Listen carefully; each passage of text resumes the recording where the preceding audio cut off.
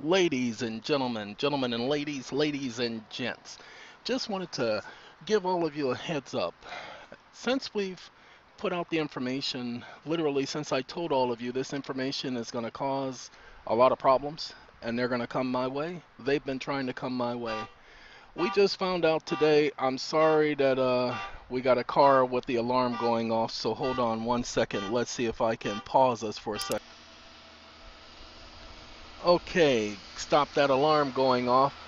Ladies and gentlemen, what's happening is that we found out today that somebody has decided to issue a bench warrant and to let me know that I failed to appear on the 19th at a hearing. There was no hearing scheduled for the 19th. I specifically told them I couldn't make it that day, and they said, okay, well, how about we do it on the 25th? So I showed up today on the 25th, went to the clerk's office and was told, oh no, there's a bench warrant for your arrest. Now, they could have called in the sheriff and had me arrested right then, but they didn't. This lets you know the type of games they're playing. You see, they wanted to go to trial, so I told them, okay, let's go to trial. So they were going to pick the jury today. Let's pick the jury. And I was planning on not saying a word. See, we were going to go through the so-called selection, and I was going to remain silent, and I was going to exercise my right to remain silent. And I was going to say, okay, go ahead and pick your jury. Oh no, I'm not going to ask nobody no questions. You see, they can't pick the jury without me having a right to select and having a right to use my objection. Now they can say, I'm going to just take it as you're doing this. Well, go ahead. Thank you for making your own selection. I guess it's your jury now. I guess you're exercising your right to choose a jury of your peers. So knock yourself out. I don't have a problem. They want to play, I want to play. Ladies and gentlemen, the whole purpose is this is a matter involving arbitration, and I have to use myself as a guinea pig. So I'm going to be the guinea and I'm going to be the pig. But the situation being is I told them, and I didn't mince my words, that I am sticking to the arbitration agreement because the law says that if I do not act as if my agreement is binding on all the parties, then what happens is they'll say that I waived my right. Despite the fact that I said I'll never waive my right to anything, there are several things. The court, the proof that they're playing games, they made a decision on the 19th. No paperwork has been mailed to anybody. I have a virtual mailbox, and I keep a virtual mailbox so that when they are mailing things to me, they can, sorry, my phone is ringing, and I got to let the person know that I'll call them right back. To make sure, I keep that virtual mailbox because I make all legal documents sent to that box. Every legal document is sent to that box. Why? Because it documents the date that it was sent, documents the date that it was received.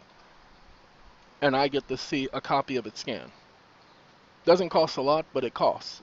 And so I pay for that box. Why? Because I want to prove that they never send out documents like they claim. You see, they always claim they mailed it out. Well, here I am bringing a claim against the clerk of the court. Oh, by the way, this all started with me complaining about the clerk of the court and complaining to the county manager and the county supervisor. And this is them paying me back. This is them letting me know that I don't get to do that, that I don't get to complain. And this is me saying, really? I'll be your nigga tomorrow, but I'm not going to be your nigga today. You're not going to sit up here and tell me how I'm going to proceed and how I'm going to move. That's why when I go tomorrow, I'm showing up. I'm not avoiding it. I'm walking right in and saying, here, go ahead and file this so that you'll know that not only am I saying, no, you don't get to do this, but I'm saying, oh, by the way, I had a witness with me at the other hearing who heard what was said in the court, and she's willing to testify. We're not going to go according to your stenographer because that's your officer hired by a private contract, and that private contract proves that it was done with a payment for commercialism. See, commercial liability. Anytime they engage in commercial business, what happens? They lose all sovereign capacity. Trust me, that law has already been put into the case, and this whole thing about commercial crimes has already been put into the case. We're going to talk about commercial crimes. We're going to talk about all of this junk where they are claiming to operate one way and are not operating that way. This is the game we're going to play. I'm doing this because just in case they play games tomorrow and carry out their threat and you don't hear from me, I've been anticipating and anticipating and anticipating them doing this. Known about it for months. So that's why today I went prepared. Had everything I needed with me. Had so-called cash in my pocket purposely so that I would have cash on hand. So I am prepared, and I don't mind going into the lion's mouth. I don't mind playing this game with them because what I'm saying to them is I will play and you will play with me. Okay? We will handle it this way. We will go that way. All right, I can't stay on too much longer because I'm running out of battery life. But what I want to do is deliver this information to all of you so that you have it.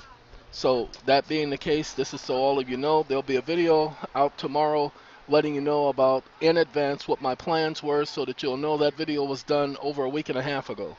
But it's being scheduled for being posted tomorrow. I was going to save this information until afterwards, but this is to let you know that before it even happened, I anticipated it happened and I was prepared for it. They cannot surprise me with anything. Okay, ladies and gentlemen, ladies and gents, gotta go. Have a good day.